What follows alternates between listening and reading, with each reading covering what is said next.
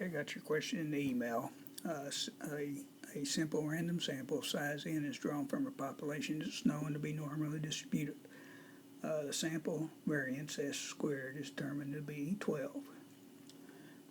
Construct a 90% confidence interval, sigma squared, if the sample size is 20. So you could do it by hand or with stack crunch. I'm going to show you how to do a stack crunch. So we want to find the lower bound. So the first link you click on when you're doing assignments is a textbook. And, if you look at the textbook, it gives you step-by-step instructions I'm about to describe.